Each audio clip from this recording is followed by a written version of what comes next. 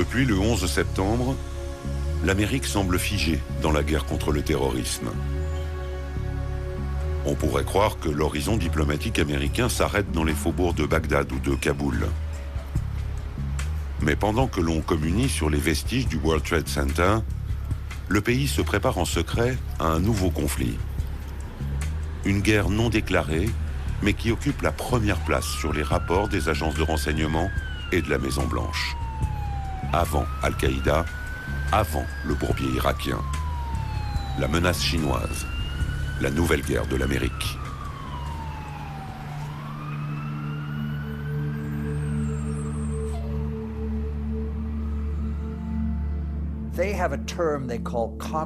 Ils ont une expression, ce qu'ils appellent la puissance nationale globale.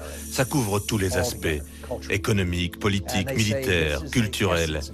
Et ils disent, c'est l'essence même de la Chine. C'est le temps pour la Chine de se lever, l'époque de la Chine est arrivée, c'est le retour de la dynastie Tang. Nous sommes une grande puissance, nous sommes une puissance mondiale. Ils jouent l'ancienne stratégie de Sun Tzu, c'est-à-dire gagner le combat sans tirer une balle, ou plutôt gagner le combat sans perdre un seul homme. C'est la meilleure façon de gagner le combat. Et ils sont très imprégnés par ça, mais ils ont envie de se battre.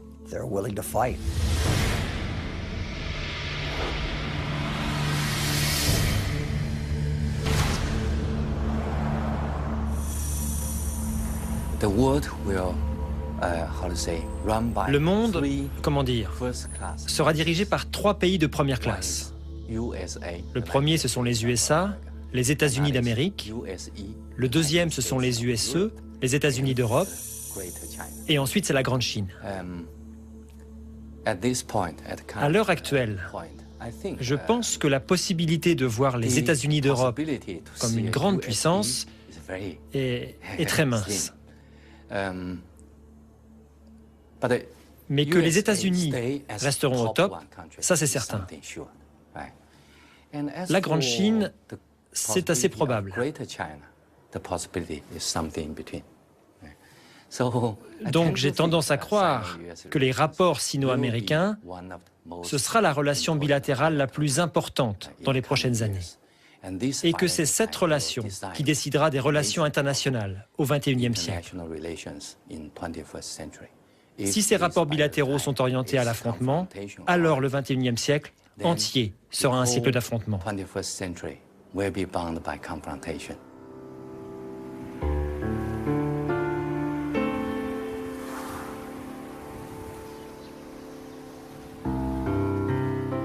L'île de Kinmen, la véritable frontière entre les deux géants, le lieu ultime de leur face-à-face. Cette petite île appartient à Taïwan, mais elle n'est qu'à 2 kilomètres des côtes chinoises. La province du Fujian, dont on aperçoit les rives, inaccessibles, et où des centaines de missiles balistiques pointent vers Taipei. 24 heures sur 24, on observe ici depuis 60 ans la Chine communiste. L'île, régulièrement menacée par Pékin, a subi des milliers de bombardements. Elle n'a jamais cédé. L'Amérique a fait passer un message à Pékin. La chute de Kinmen serait le début d'un affrontement direct. Nous sommes dans le détroit de Taïwan. C'est ici qu'un affrontement militaire pourrait un jour commencer.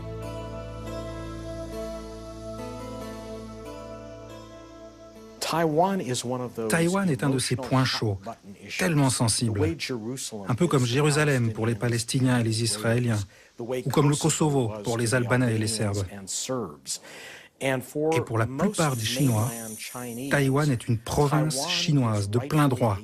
C'est un territoire dont ils sont persuadés qu'il a été volé par le Japon au moment de la guerre de 1895 et dont les États-Unis ont empêché la réunification au début de la guerre froide à cause de leur opposition au communisme.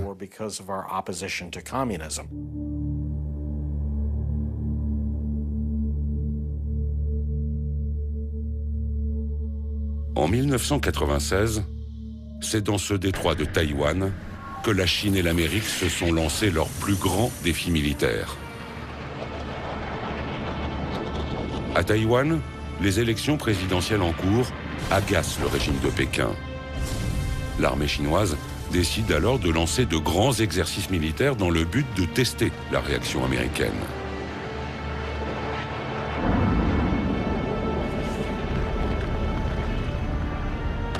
Après quelques jours de démonstration de force chinoise, Washington déploie 2 porte-avions. C'est le premier face-à-face entre les deux pays. Pendant quelques jours, la tension est extrême entre ces deux puissances nucléaires.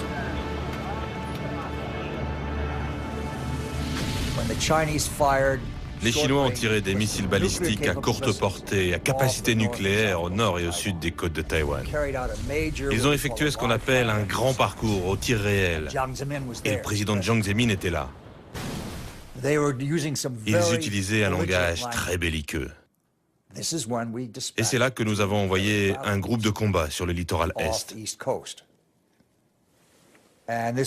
Et cette démonstration de force a réglé la question immédiatement. Les Chinois ont pensé que c'était excessif. Ils ont pensé qu'ils avaient un accord tacite avec les États-Unis et qu'ils pouvaient sans risque déplacer un arsenal limité pour montrer leur sérieux sur la question.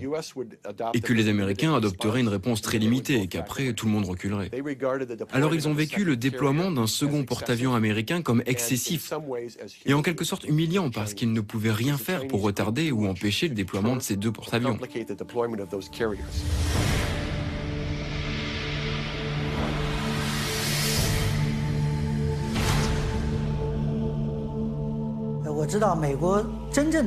Je connais bien cette histoire et je peux vous dire que la réalité est assez éloignée de la propagande américaine. En 1996, j'étais là-bas. Les Américains avaient promis d'envoyer un porte-avions à Taïwan pour le jour de l'élection, pour protéger Taïwan. Mais en fait, le seul navire américain proche de Taïwan était le bâtiment d'espionnage électronique, le Bunker Hill.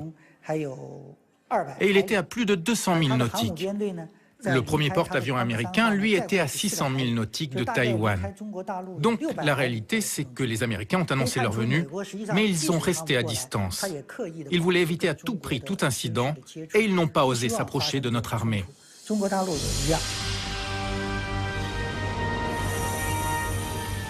Même si les Américains n'ont pas pris beaucoup de risques, aux yeux du monde, ils ont réaffirmé un principe intangible de leur politique. Ils soutiennent Taïwan. Et ils continueront malgré le développement de la puissance chinoise.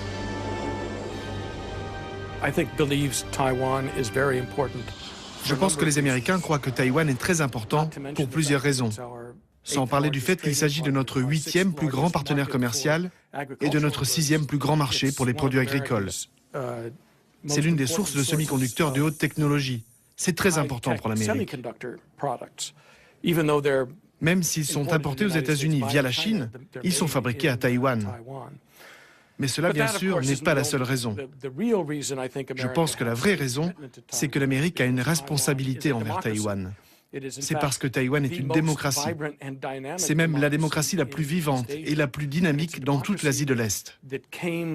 Et c'est une démocratie qui est le fruit d'une pression du gouvernement américain. D'abord du Congrès, après 40 ans d'un régime très autoritaire venu du continent chinois.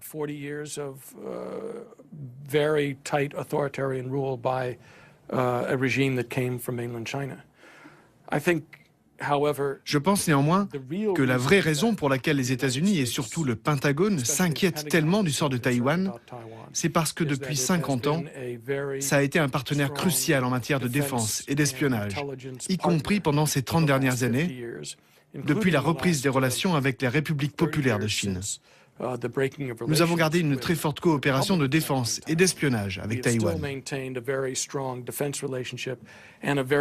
Strong intelligence collection relationship with Taiwan. Je dirais que les États-Unis ont un engagement historique envers Taïwan. Ça remonte à la Deuxième Guerre mondiale. Nous étions là. Et on cherchait une puissante démocratie chinoise unifiée. Eh bien, on en a eu les 2/3. On a eu une Chine puissante et unifiée, mais pas démocratique. Maintenant, on appelle la Chine un partenaire responsable. Eh bien, nous en avons la moitié. Nous avons un partenaire mais pas responsable. Les États-Unis ont une obligation légale et morale envers Taïwan. Nous ne pouvons pas rester sans rien faire et accepter une invasion par ce que nous considérons comme une puissance communiste autoritaire. C'est pas possible.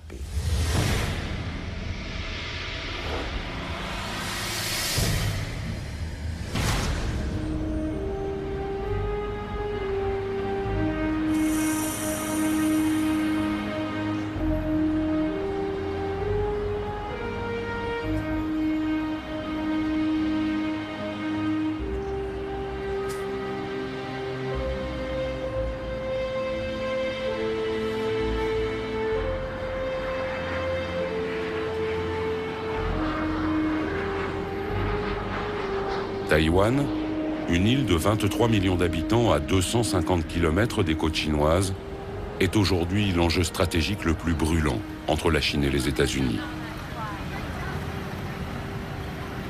Taipei, la capitale, affiche sa réussite économique.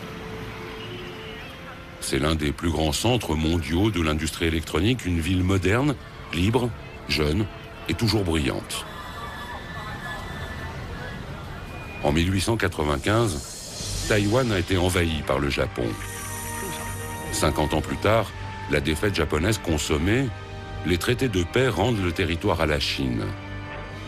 Une Chine alors en proie à la guerre civile entre les communistes de Mao et les nationalistes de Chiang Kai-shek. Lorsque la bataille tourne à l'avantage de Mao, le général Chiang, aidé par les Américains, se réfugie à Taïwan avec ses soldats.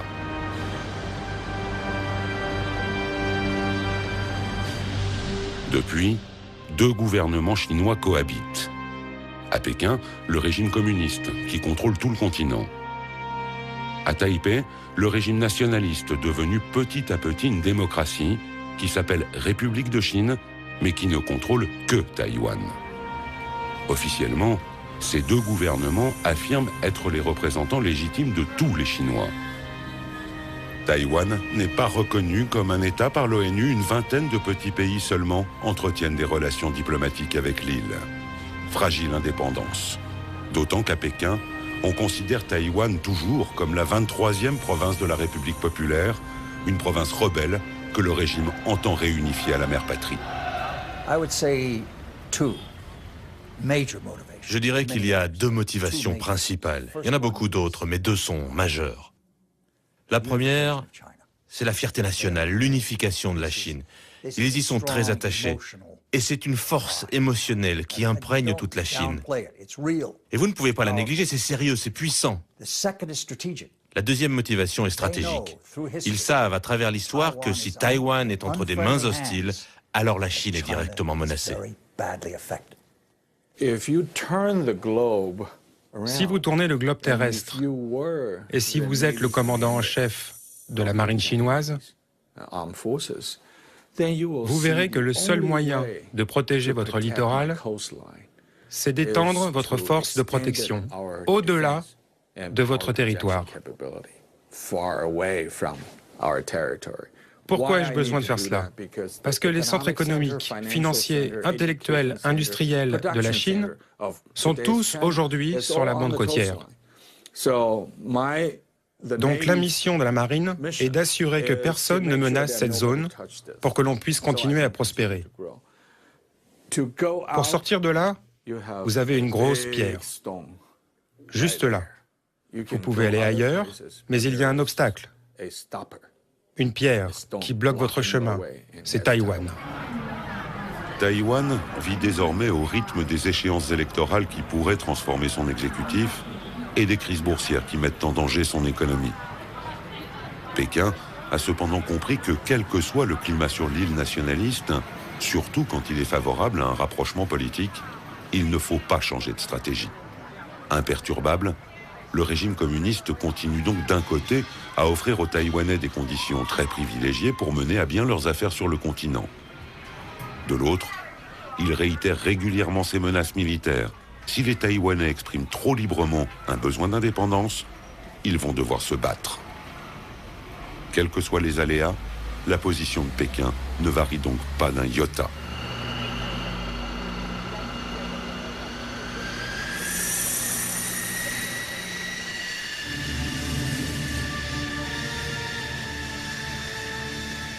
autoroute au milieu de l'île de Taïwan. En quelques minutes, elle a été transformée en piste d'atterrissage. La population regarde l'exercice militaire, elle y est habituée. Les Mirage 2000 français ou des F-16 américains atterrissent et décollent dans un énorme vacarme.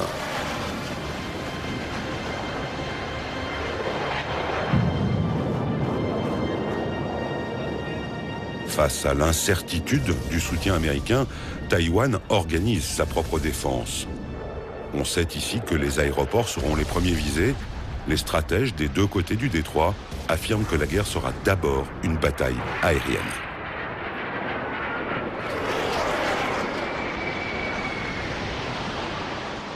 Je crois que tous les experts du monde savent que c'est très difficile de réussir un débarquement. On se souvient encore de celui en Normandie. Dans un détroit comme le nôtre, c'est dans l'air que se fait la différence. Et nous avons toujours cherché à garder un avantage dans l'espace aérien face à la Chine. Mais désormais, avec les missiles chinois, cet équilibre est remis en cause. Ils peuvent détruire nos aéroports. Et si nos aéroports sont détruits, nous perdons notre seul avantage face à la Chine, notre supériorité aérienne.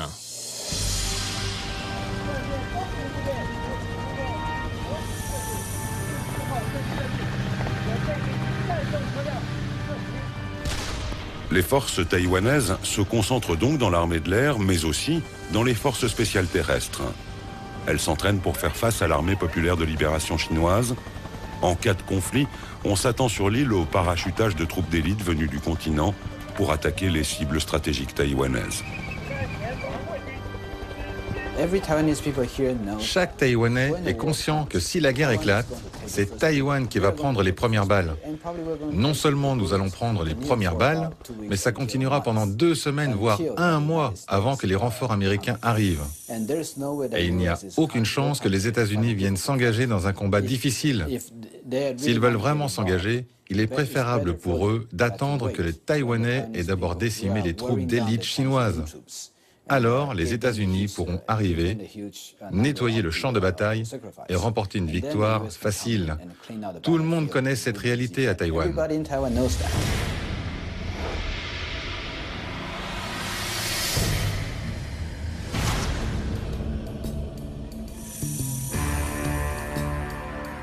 À Washington, on réfléchit tous les jours sur le scénario du prochain affrontement.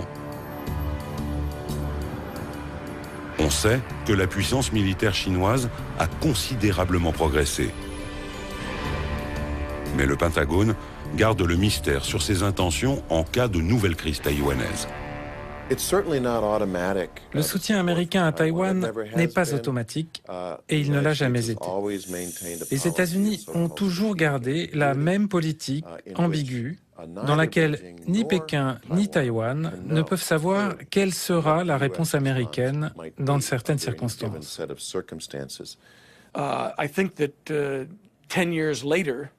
Je pense que 10 ans après la crise des missiles du détroit de Taïwan en 1996, nous appréhenderions la question taïwanaise avec un petit peu plus de précaution. Non, en fait, avec beaucoup plus de précaution. Ce que cela veut dire, je pense que nous effectuerions probablement un pont aérien vers Taïwan et que nous enverrions un contingent militaire à Taïwan plutôt que de prendre le risque d'exposer à nouveau nos porte-avions.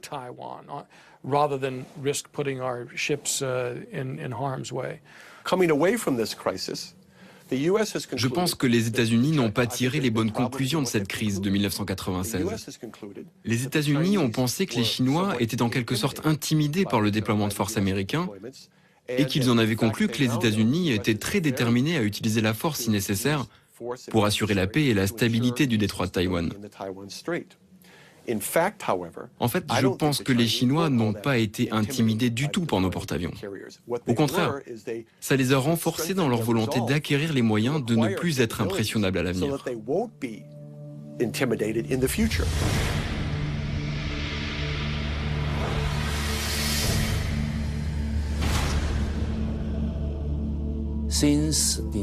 Depuis 1996, c'est-à-dire depuis la confrontation entre la Chine et les États-Unis dans le détroit de Taïwan, je pense que la modernisation de l'armée chinoise s'est accélérée. Et nous voyons, comme le monde entier, les progrès réalisés. Maintenant, la Chine possède le J-10. C'est un avion de combat de la 3e génération. Ce qui fait de la Chine le 3e pays indépendant à produire des chasseurs de 3e génération. Je pense que c'est un signal fort en direction des États-Unis pour montrer l'avancée de la modernisation militaire chinoise. If China's own terminal objective is trying to so-called unify Taiwan by using Si leur but final est de prendre Taïwan par la force, je pense que la capacité militaire est suffisante. But I don't see that. Mais selon moi, ce n'est pas leur but. Car ils augmentent leur budget militaire depuis des décennies, presque chaque année avec un pourcentage à 2 chiffres. Et leur budget n'est pas transparent. On peut estimer qu'en réalité, les chiffres sont 2 voire 3 fois plus élevés que les budgets qu'ils publient.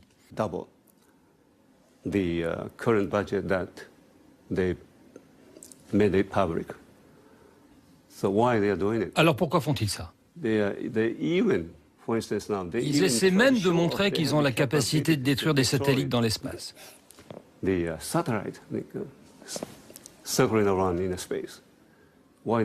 pourquoi font-ils ça? Parce qu'ils veulent montrer au monde entier qu'ils sont capables de devenir un jour la superpuissance capable de dominer même les États-Unis.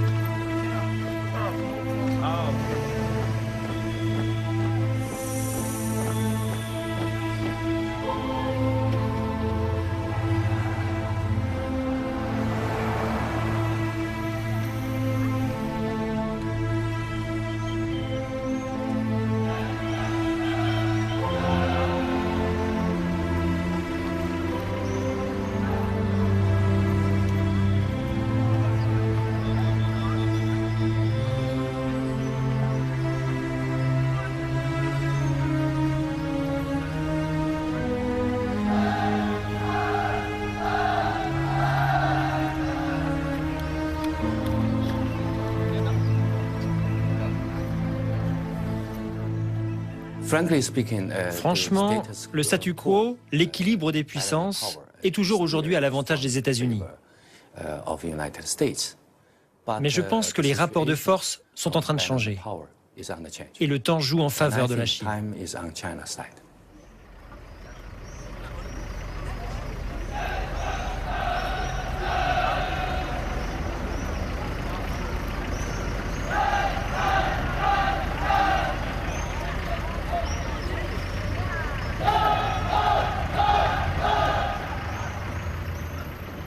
Depuis la crise de 1996, les États-Unis et la Chine ont eu souvent l'occasion de tester leur détermination respective. De petits conflits, parfois publics, parfois secrets, qu'il faut lire aujourd'hui comme les traces de la programmation de l'affrontement entre les deux puissances. Le 7 mai 1999, en pleine guerre du Kosovo, l'OTAN bombarde l'ambassade de Chine à Belgrade. 3 morts parmi les Chinois présents. Erreur militaire, affirme l'organisation, la CIA aurait fourni de mauvaises cartes. Provocation riposte les Chinois, qui organisent des manifestations de masse devant les missions diplomatiques américaines.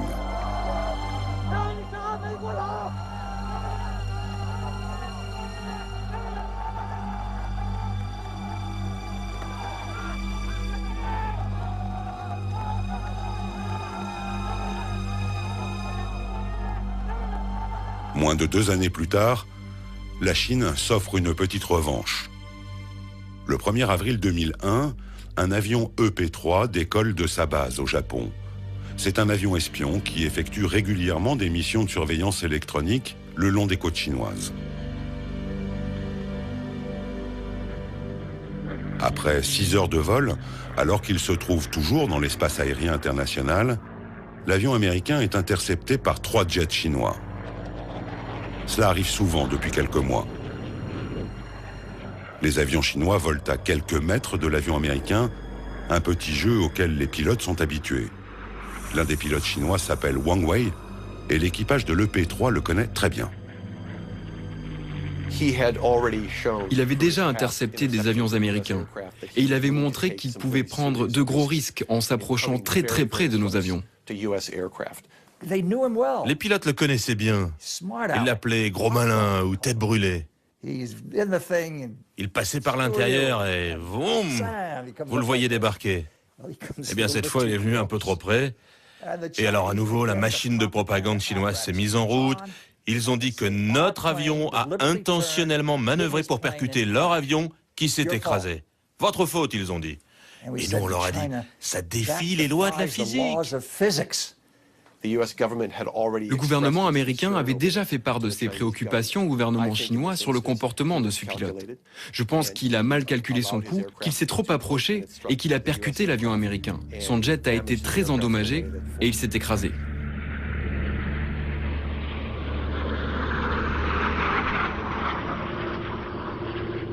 L'avion de chasse chinois plonge vers la mer. Son pilote sera porté disparu. Le P-3 est quant à lui gravement endommagé. Il lui faut se poser d'urgence, mais la piste la plus proche, c'est une piste d'atterrissage militaire chinoise. L'avion parvient à l'atteindre, nous sommes à Hainan et l'équipage est immédiatement fait prisonnier. Pendant 10 jours, la Chine et les États-Unis vont jouer un petit ballet diplomatique, chacun accusant l'autre d'être responsable de l'accident. Pékin refuse de libérer l'équipage et gagne du temps pour permettre à ses experts militaires d'inspecter et de démonter l'avion américain, un appareil bourré d'équipements secret défense. Oui, ils ont pris un peu d'équipement de l'avion, ils l'ont examiné, ils ont tout désossé, ils ont récupéré des petites choses, mais bon, c'est pas vraiment grave. Enfin, après 10 jours et une lettre de l'ambassadeur américain s'excusant pour la mort du pilote chinois, l'équipage est libéré. Ce qu'il reste de l'EP-3 est embarqué dans un gros Antonov de transport, direction l'Amérique.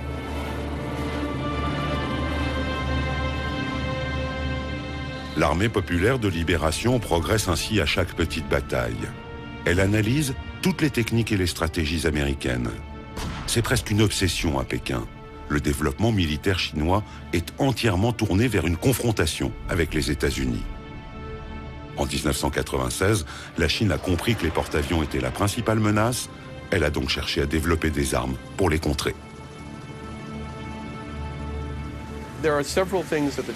Il y a plusieurs choses que les Chinois ont fait au cours des dernières années pour améliorer leur potentiel. Par exemple, ils ont construit un grand nombre de sous-marins, des sous-marins diesel, plus sophistiqués.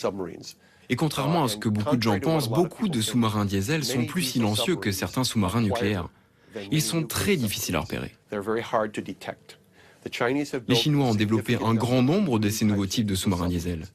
Ils ont aussi mis au point de nouveaux navires de guerre de surface. Ces deux compétences peuvent avoir des conséquences concrètes sur la situation taïwanaise. Et les Chinois ont aussi fait patrouiller des sous-marins dans certaines circonstances, bien au-delà de Taïwan. Ils les ont déployés autour de Guam, qui est maintenant en train de devenir une zone de présence militaire américaine accrue dans le Pacifique. Ils ont montré, en faisant ça, qu'ils ont la capacité de déployer des sous-marins en eau très profonde, très loin de leur base. Et c'est devenu une préoccupation pour n'importe quel commandant américain qui souhaite envoyer un groupe aéronaval près de Taïwan. Le 26 octobre dernier, notre porte-avions, le Kitty Hawk, était dans les environs d'Okinawa. Et tout d'un coup, on a vu émerger au milieu du groupe aéronaval un sous-marin chinois très moderne que personne n'avait vu ni détecté. Il a fait surface à quelques milles nautiques à peine du Kitty Hawk. Et on sait que ce sous-marin était équipé de torpilles très perfectionnées et que s'il l'avait voulu, il aurait pu nous couler notre porte-avions. Les Chinois savent que nous sommes militairement dépendants de deux choses en Asie. Numéro 1, les satellites. Numéro 2, les porte-avions. Eh bien, ils nous ont montré qu'ils peuvent neutraliser ces deux forces. Est-ce qu'ils vont le faire? Je n'y crois pas. C'est ce qu'on peut appeler une guerre psychologique.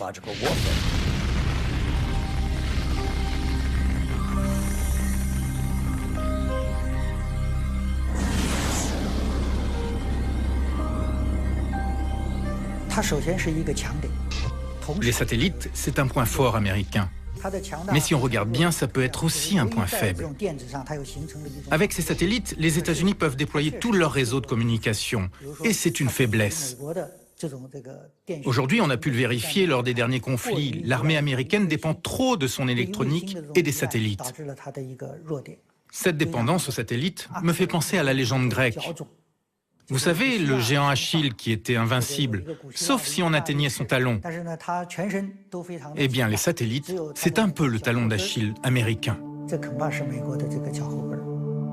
Le 11 septembre 2006, l'armée populaire de libération envoie un missile détruire un de ses propres satellites. L'explosion spatiale est évidemment immédiatement détectée au Pentagone. Il y a un peu d'affolement à Washington. Personne n'avait prévu cette initiative chinoise.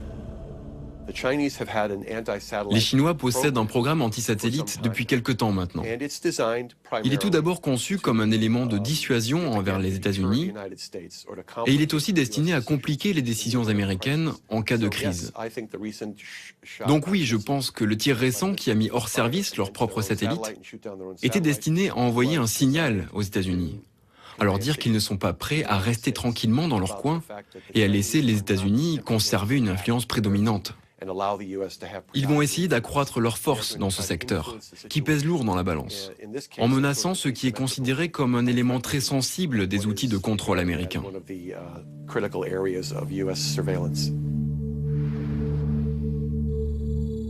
L'armée chinoise a aussi développé un autre système pour aveugler les satellites américains. Des lasers géants qui ne les détruisent pas, mais qui les aveuglent suffisamment pour les rendre inutiles. Ça n'est pas de la science-fiction, mais une technologie déjà en service. Et puis, il existe une arme plus terrible encore, une arme que les Américains ou les Français maîtrisent déjà et que l'armée chinoise a développée en priorité. Les Chinois ont étudié très attentivement la dépendance américaine vis-à-vis du spectre électromagnétique. L'utilisation des communications et d'un réseau entre les satellites, les navires et le système de commandement sur le champ de bataille. Ils ont vu ce qui s'était passé pendant la première guerre du Golfe, ce qui s'était passé au Kosovo. Ils ont observé en Afghanistan et la deuxième guerre du Golfe. Et ils se sont rendus compte que nous sommes de plus en plus dépendants du spectre électromagnétique et de la qualité des communications. L'arme à impulsion électromagnétique, qui est créée en faisant exploser une arme nucléaire, grille généralement les transistors et empêche ce genre de communication. L'arme à impulsion électromagnétique déclenche à partir d'une explosion nucléaire une onde électromagnétique. Lorsque cette onde atteint des bateaux ou des avions, elle détruit instantanément tous les équipements électroniques embarqués. Personne ne meurt si on est suffisamment loin de l'explosion nucléaire. Mais les bâtiments de guerre américains, totalement dépendants de l'électronique, seraient immédiatement hors service. Le rapport du Pentagone décrit une arme qui utilise une explosion nucléaire pour générer une arme à impulsion électromagnétique, autrement dit EMP. J'ai demandé à des responsables du Pentagone pourquoi vous ne dites pas qu'ils ont généré leur EMP de façon conventionnelle. Et ils ont répondu, nous ne voulons pas qu'ils sachent que nous le savons. L'EMP généré de façon conventionnelle pose moins de problèmes et est plus utilisable ou plus pratique, car lorsque vous l'employez, il n'y a pas de retombée nucléaire. Il y aura moins de protestations internationales. Ils possèdent déjà cette arme.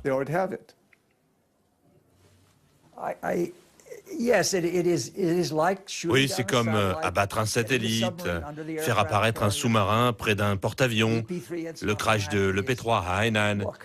Ils nous disent, vous voyez, on parle de business là, vous devez faire attention à ce que l'on fait. Nous publions les hausses de notre budget militaire parce que l'on met en œuvre une défense forte contre vous.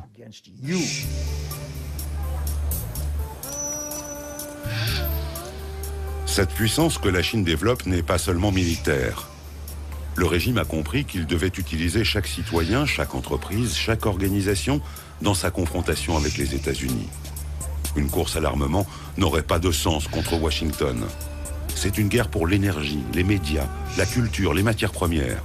Et face à une Amérique qui surconsomme, qui se surendette, une Amérique obèse de ses propres excès, la Chine oppose sa meilleure arme, sa vertigineuse croissance économique. La nouvelle menace, ce n'est pas la menace militaire classique, l'affrontement direct d'un pays contre un autre. Aujourd'hui, ce n'est plus canon contre canon, avion contre avion ou tank contre tank. L'affrontement prend beaucoup de formes, sur beaucoup de terrains. Par exemple, la finance ou les médias. Il peut y avoir des attaques dans tous ces domaines. Le but, le résultat de ces conflits d'un nouveau genre sont le même que dans toutes les guerres. On veut forcer l'adversaire à accepter sa volonté. C'est toujours une guerre, mais ce n'est plus la guerre militaire conventionnelle. La guerre aujourd'hui dépasse ce domaine militaire. C'est ce que nous appelons la guerre sans limite.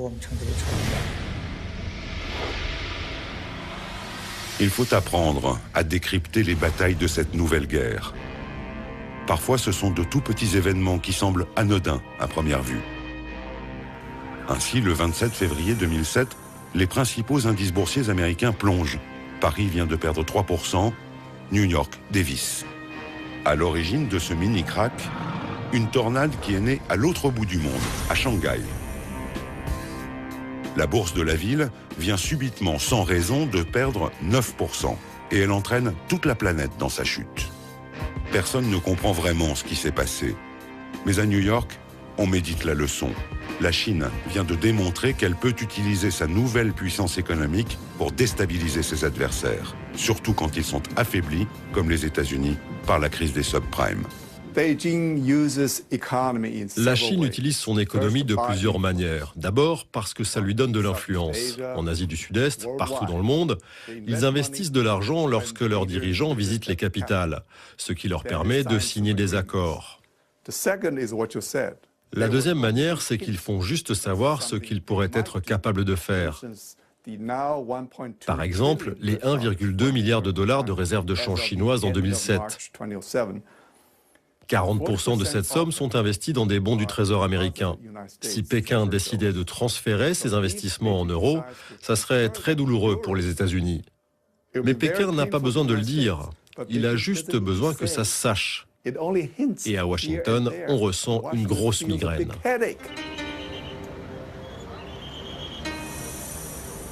La Chine et l'Amérique multiplient ainsi les champs de bataille. La contrefaçon des DVD d'Hollywood, le rappel des jouets chinois par des constructeurs américains, la réception du Dalai Lama à Washington, le rachat par Pékin de compagnies pétrolières. Des centaines de conflits.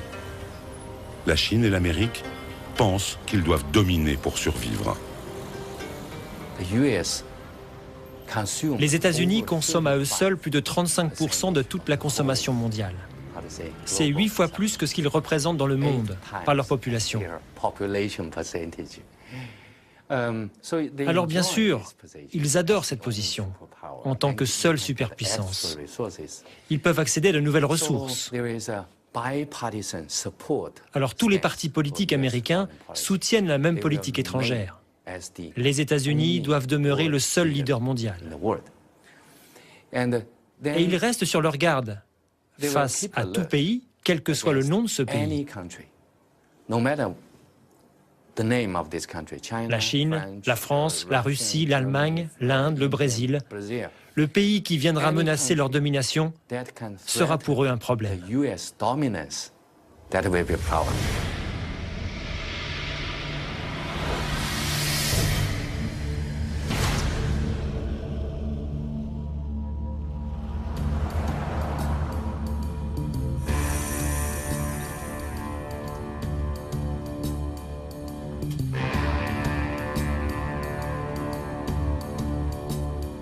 À Washington, la Chine est devenue la première préoccupation de toutes les administrations.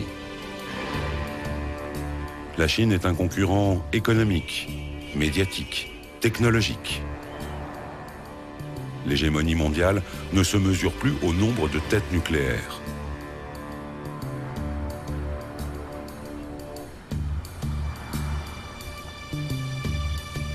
Au Congrès, on a même installé une commission permanente d'enquête, unique en son genre, chargée d'étudier les défis économiques et de sécurité posés par la Chine. L'URSS n'avait pas eu droit à autant d'attention du temps de la guerre froide.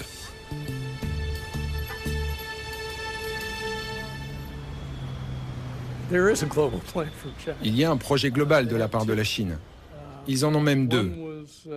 L'un a démarré en 1986, appelé le programme 863, et l'autre en mars 1997, appelé le programme 973. Le premier, le programme 863, appelé aussi Opération Torche, était conçu pour repérer et rapporter à la Chine des technologies à double usage, à la fois pour améliorer la technologie de base chinoise dans l'économie et l'industrie, et en même temps pour améliorer ses capacités militaires. C'est quelque chose de bien organisé, vous savez. Chaque industrie reçoit chaque année du gouvernement central une liste d'objectifs à atteindre et la main-d'œuvre pour y arriver. Donc oui, c'est organisé. Ce n'est pas parfait, mais c'est organisé. L'autre, le programme 973, est conçu, lui, pour améliorer leurs capacités de recherche fondamentale et d'innovation. Les gens aux États-Unis accordent trop d'attention à la Chine. Donc ils sont trop émotifs pour tout ce qui concerne la Chine. Alors cette émotivité entraîne de mauvaises interprétations. Ça n'aide pas à y voir clair. Je pense que la réalité, c'est que la puissance économique chinoise est encore loin devant, non, loin derrière celle des États-Unis, sans parler de sa puissance militaire.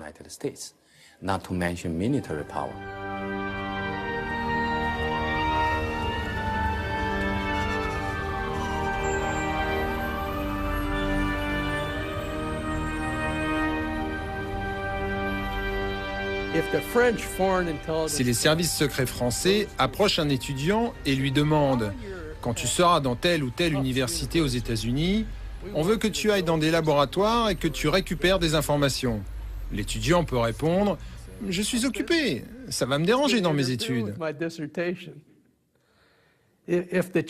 Si le service d'espionnage chinois approche un étudiant chinois et lui dit « Tu veux un visa ? Tu veux un passeport ? Quand tu seras aux États-Unis ou en France, tu feras ta thèse là-dessus. Tu vas travailler sur ce projet et tu nous feras un rapport, sinon tu ne trouveras jamais de travail en Chine, ou bien ta famille perdra sa maison. Ils sont capables de faire ça. The United States cannot maintain itself as a superpower if we allow our industrial. Les États-Unis ne peuvent pas se maintenir en tant que superpuissance si nous autorisons la délocalisation de notre production industrielle. Et c'est ce qui se passe aujourd'hui.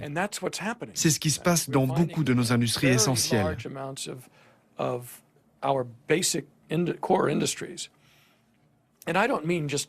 je ne parle pas simplement de l'acier.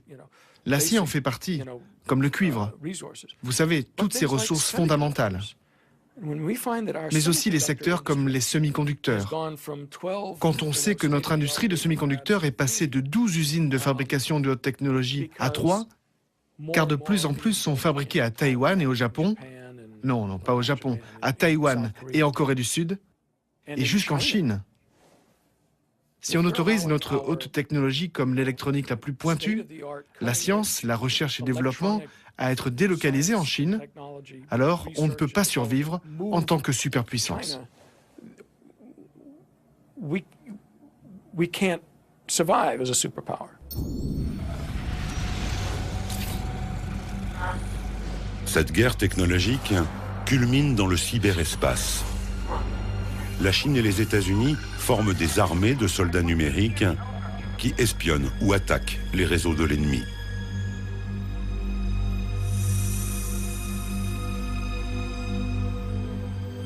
En mars 2006, le département d'État, le ministère des Affaires étrangères à Washington, décide d'acheter 16 000 ordinateurs de la marque chinoise Lenovo, qui vient juste de racheter IBM. Une partie de ces ordinateurs sont destinés à des réseaux où circulent des informations secret défense. Larry Wurtzel et sa commission interviennent pour empêcher la livraison.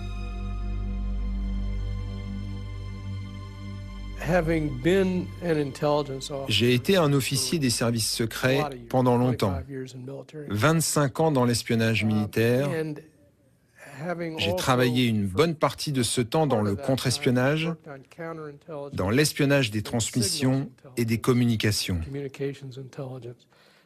Donc je sais, je peux dire que c'est techniquement possible d'implanter des logiciels ou même des éléments matériels dans un ordinateur pour permettre à quelqu'un l'accès à un réseau entier.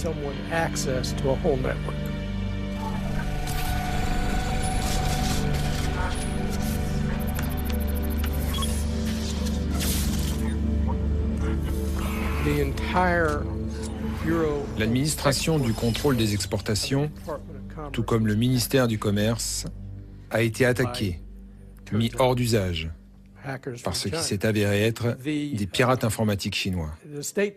Le département d'État lui-même a perdu un service et tous ses ordinateurs à cause de ces mêmes pirates chinois. Le système informatique de l'Université de la Défense nationale a été éteint. Et l'Université de la Marine a dû elle aussi arrêter son système informatique. D'autres réseaux informatiques du gouvernement ont été attaqués. Le général Cartwright, le commandant du centre de stratégie, a récemment témoigné devant le Congrès à ce propos. Donc je savais tout ce qui se passait et je sais encore ce qui se passe. On l'a appris grâce à cette commission parce que nous avons accès aux informations confidentielles.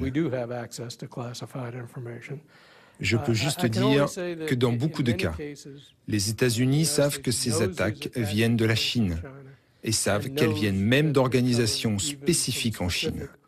Mais je ne peux pas divulguer d'autres détails. La guerre sur Internet est aussi vieille que l'Internet lui-même. Et on ne peut pas dire que ce soit une invention chinoise.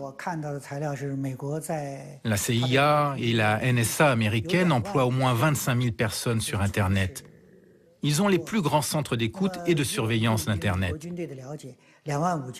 Donc c'est vrai, la guerre existe sur Internet, la guerre a commencé sans qu'un missile ne soit lancé, sans que le monde ne s'en aperçoive. La guerre a commencé par tous ces moyens nouveaux. Beaucoup de technologies civiles ont aussi des applications militaires. C'est notamment le cas de toute l'industrie électronique ou de l'Internet. Ce sont de nouveaux champs de bataille de la guerre sans limite. Avec les médias, la finance, le commerce, tout cela est dans le champ de la guerre. C'est une guerre, car il y a un réel antagonisme et que les participants tentent de prendre l'avantage sur leur adversaire. C'est la nouvelle forme de la guerre sans limite.